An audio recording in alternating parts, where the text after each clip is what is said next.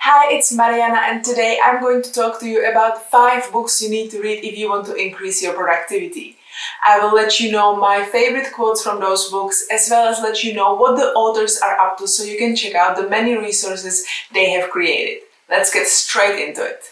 So the first book I want to talk about is The 7 Habits of Highly Effective People by Stephen Covey. There are probably not many people that are interested in productivity that would have never heard of Stephen Covey and his 7 Habits of Highly Effective People.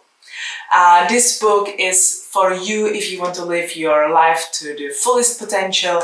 You want to really know how to prioritize things, how to make sure that you live the life as you would like to live it.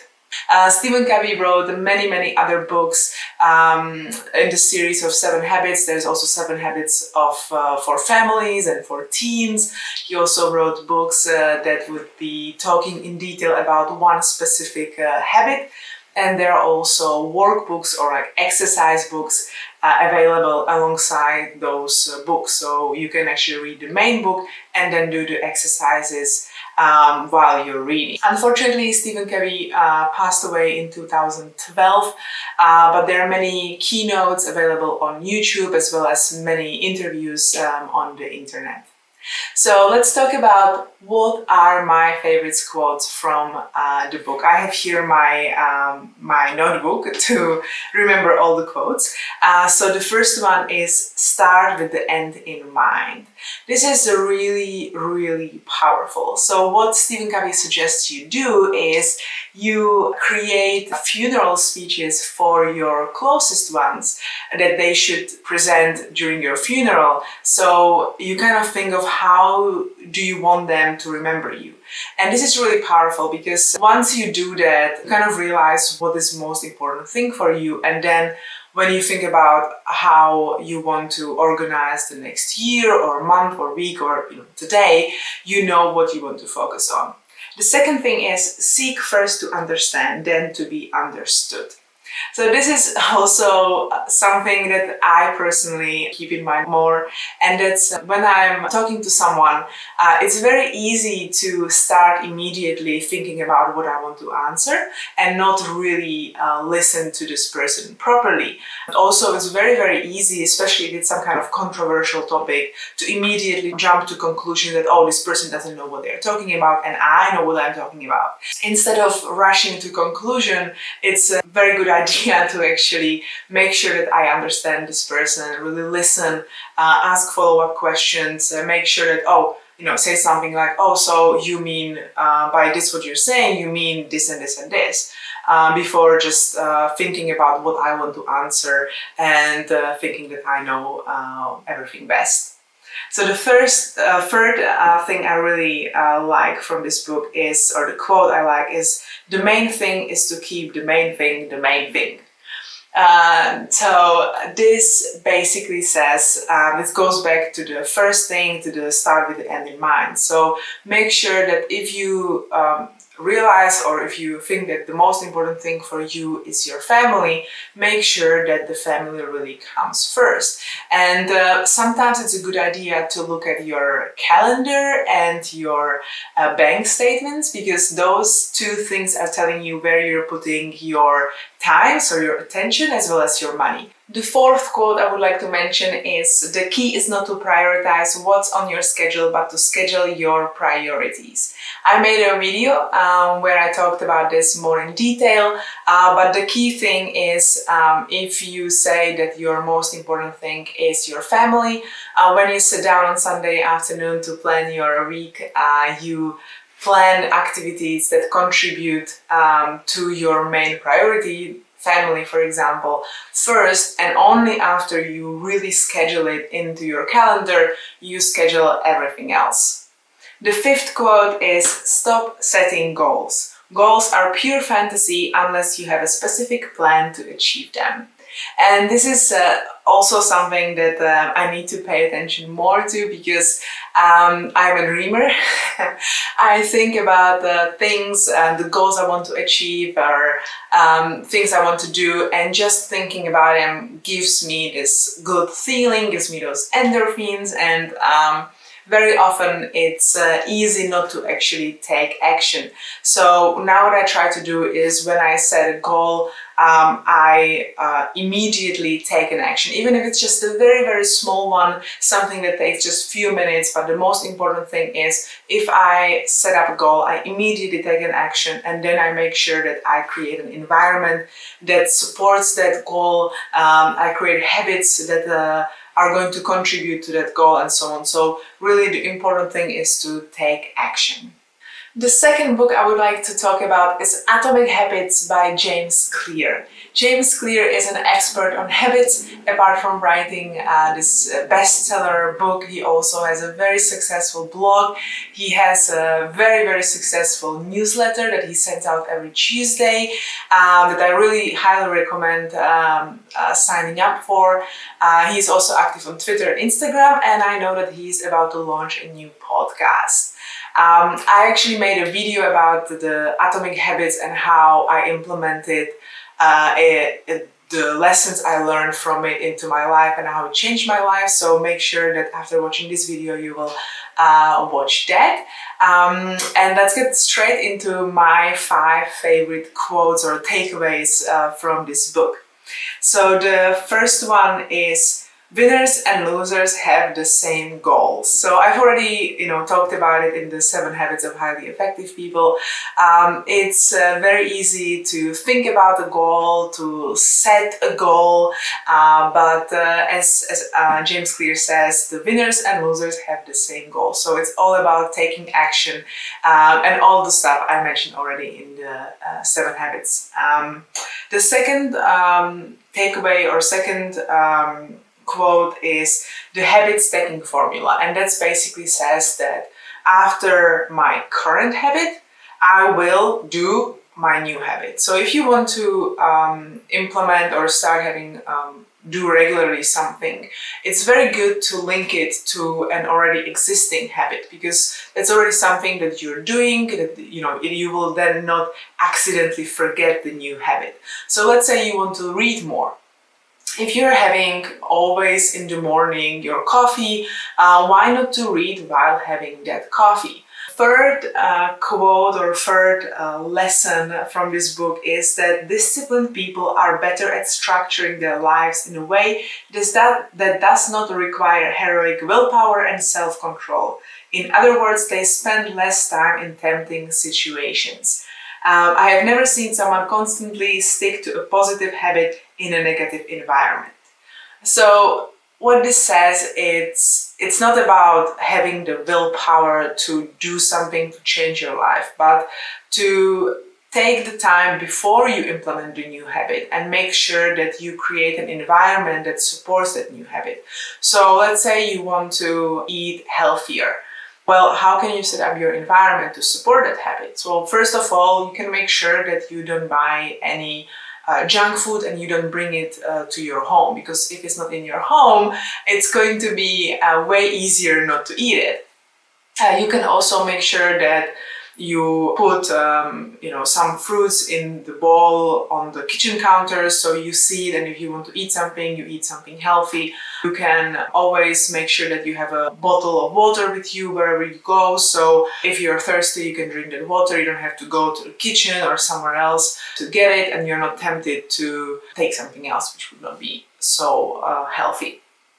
The fourth takeaway is, as a general rule, the closer we are to someone, the more likely we are to imitate some of their habits. One of the most effective things you can do to build better habits is to join a culture where your desired behavior is the normal behavior. When changing your habits means challenging the tribe, change is unattractive. When changing your habits means fitting in with the tribe, change is very attractive. We are social animals, we live around people, we are influenced by the people around us, and if you want to change, it's way easier to do so in an environment or in a circle of people where they already do that kind of habit. The fifth quote from this book that I really, really love is, you don't have to, you get to. So this is something, it's basically just shifting your mindset. It's a shifting the way you're looking at things that you have to do or that you're doing on a regular basis, that you maybe complain about, because it's very, very easy to take for granted what we have and complain about those things. But honestly, like, there's so many people all around the world, or in, you know, even in your country, in your surroundings, that would give anything to be in your position and to have to do the thing that you're complaining about. Next time when you say, like, oh, I have to do this assignment, or I have to write this report, you don't have to, you get to, because there are many people who would really love to be and have the job that you have, because they don't have any job. They would love to be to study at this university where you are. They would love to be able to walk or be healthy or be with people that that they love and so on. They are not able to. So make sure you appreciate what you have and you don't complain about it that often. The third book I would like to talk about is Deep Work by Cal Newport. Cal Newport is an associate professor of computer science at the Georgetown University, and he wrote many, many excellent books. My three favorites are Deep Work, So Good They Can't Ignore You, and Digital Minimalism. Cal Newport also has a really, really good blog that goes back to July 2007, and it's pure gold. Even if you're not going to read any of his books, I recommend you go and check out his blog, because it's all about how to be more productive. It talks about how to read more books, how to take notes from books, and many, many other topics. It's really, really great. But let's go straight into the Deep Work book. So the Deep Work book talks about how to achieve success. Cal Newport talks about that in order to achieve success, we need to be able to focus on what we are doing in the world that is full of distractions. And only if we are able to get rid of those distractions, we are going to achieve a success in our work. And the book gives guidance on how to achieve that. So the first quote or takeaway that I have here is: what we choose to focus on and what we choose to ignore plays in defining the quality of our life. So it's not only about making sure that you know what is important for you, but also knowing what you need to avoid in order to be able to focus on those things. The second thing he talks about is how our brain is, how it's hard for our brain to focus on one thing in today's world. So I made actually several videos where I talk about some lessons from Cal Newport, and I talked about this concept several times. So, you know, if you want to find out more, check those videos out after this video. But what Cal Newport said is, in today's world, the people that succeed are the people who are able to concentrate on one thing for longer periods of times. And he gives examples of many, many people in the past that were successful and that they actually took the time off and closed themselves from other people, from other distractions, from the internet, from social media, and so on, in order to do this deep work.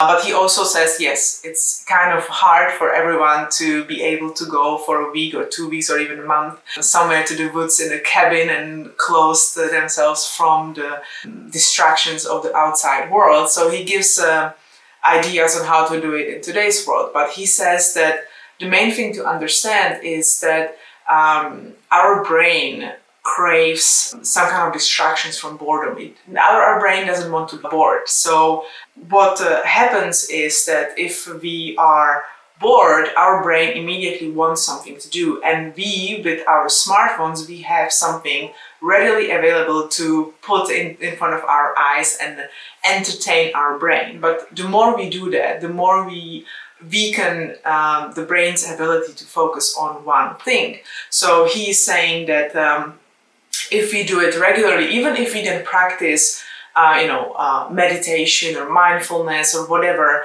we are not able to counterbalance these distractions, these small interruptions when you're waiting in a line for in a subway or whatever, and you have nothing to do for 2 minutes, so you grab your phone. So it's basically the same as if you would like to be healthy and the whole day you eat junk food and crappy food, and then in the afternoon you go for a run for 30 minutes and you think it's going to counterbalance all the bad choices you made throughout the day. So this is something similar with our brain.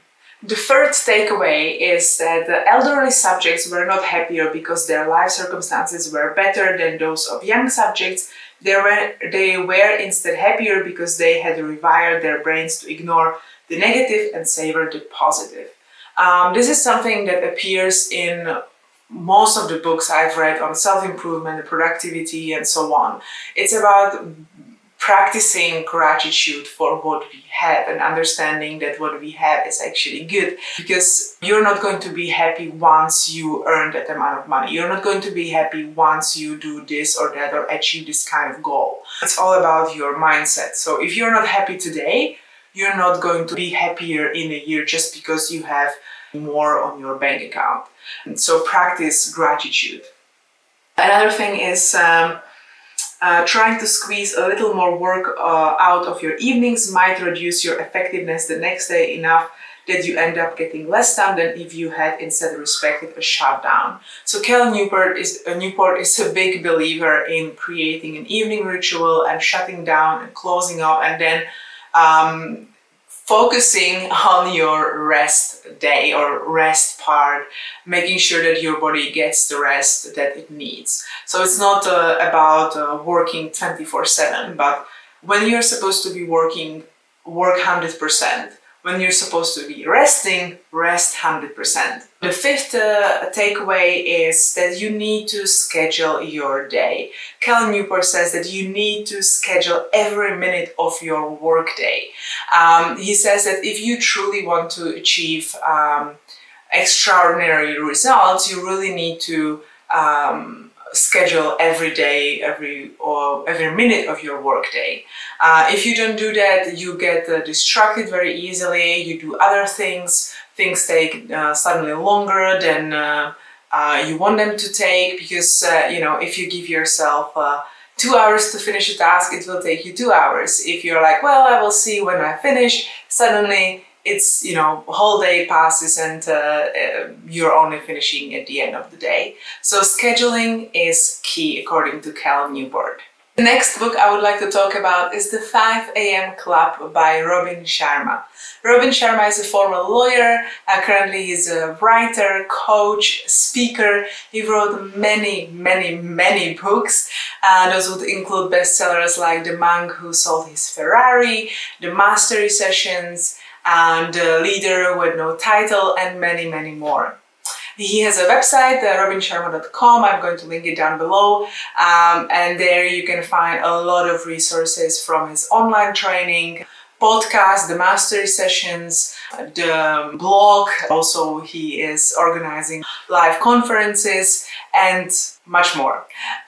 The 5 a.m. Club is one of his more recent books, and my main takeaways are these. So number one, to have the result that the top 5% of producers have, you must start doing what 95% of people are unwilling to do.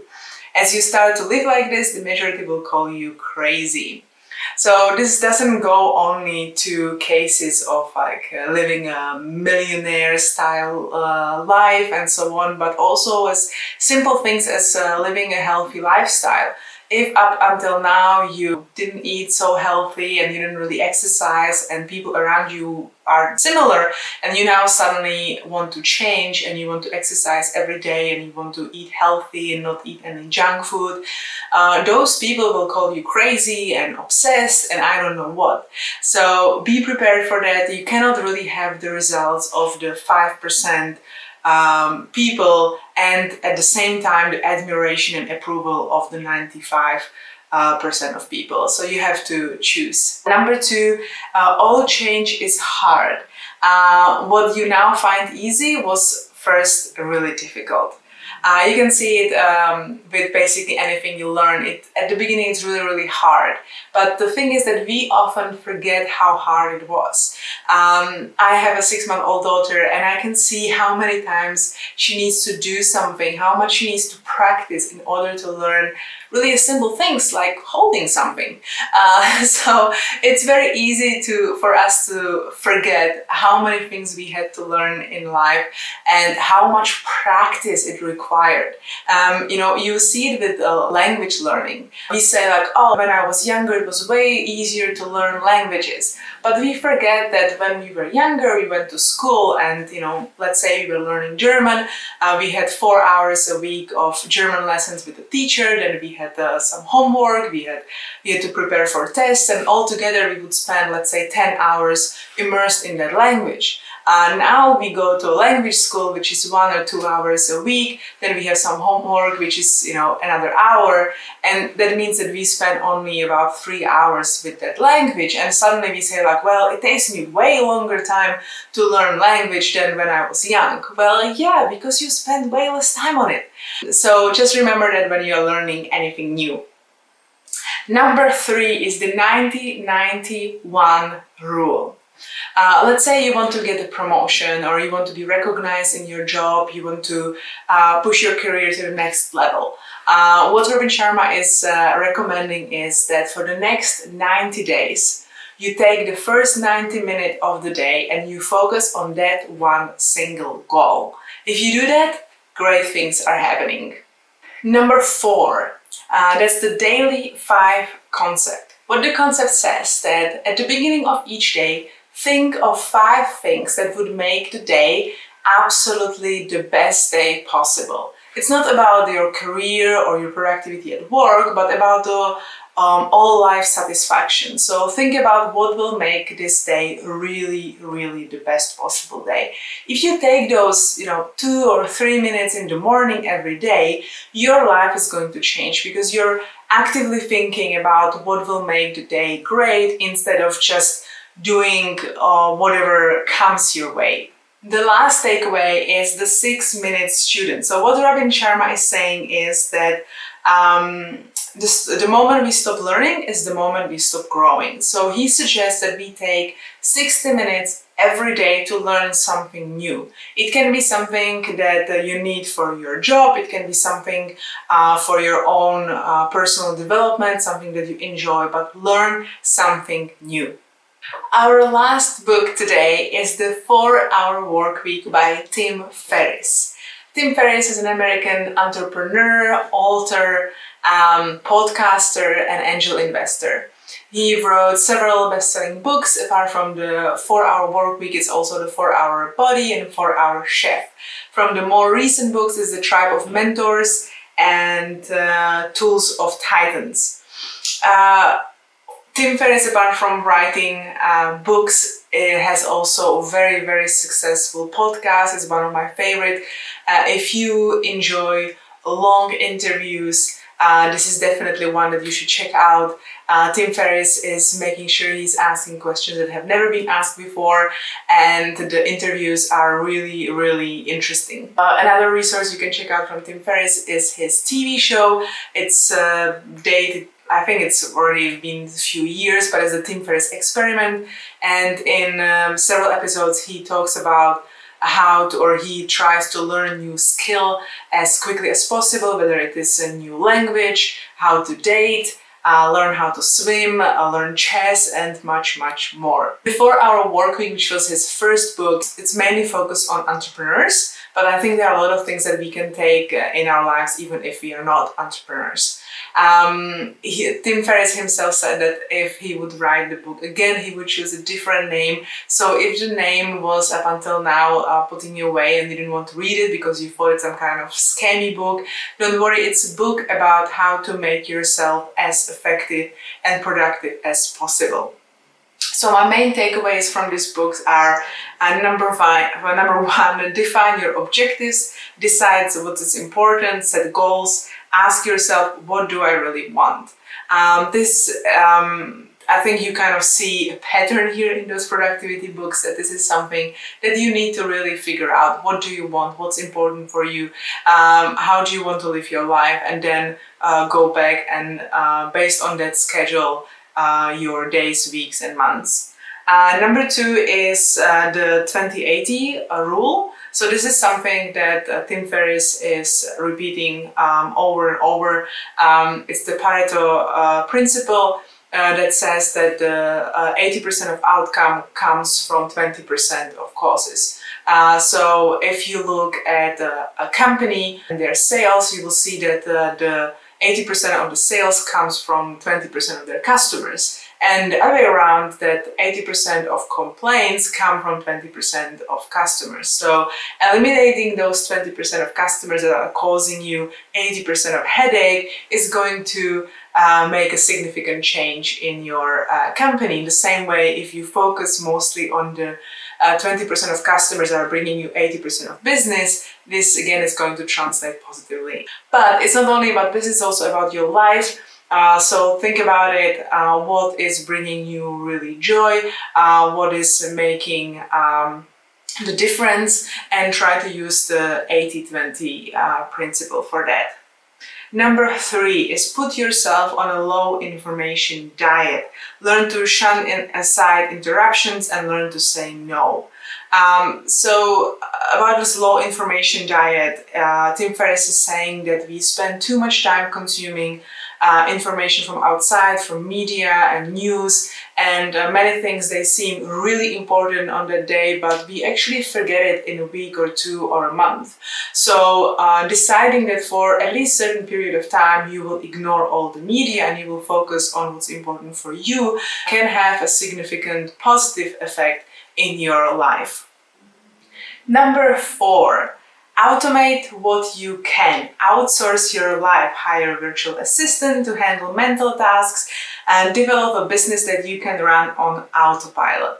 So Tim Ferriss wrote this book specifically for entrepreneurs, but I think that this applies to you as well, even if you are not an entrepreneur. What he is basically trying to achieve is to create a business that can run even if he is not part of the business. So he wants to outsource as many things as possible, automate as many things as possible, delegate, create the tasks so that even another person can do them when he's not there. This can be applied also to our lives. So I know that when it comes to things that you do at home, you believe that you're the one who can do them best. And if someone else is doing them, you need to correct them, you need to redo it, and so on. But if you teach someone else do it, and if they do it even to the 80% of your standard, it's still good enough and it frees your time. So make sure that you think about those kind of things and think about how you can free up some of your time. Number 5 is ask yourself, what would be the one thing that if I will do it today, my day will be great? So this is something that shows up in basically all the other books as well. And that's about doing the stuff that is important to you, doing the stuff that matters and that is moving the needle. Okay, those were the 5 books that you need to read if you want to live a productive and satisfying life. Let me know down below in the comment section which of those books you're going to put on your reading list. Like this video if you enjoyed it and if you learned something new. Subscribe and hit the notification bell so you don't miss any of my other videos. Thank you for watching and I wish you a great and productive day.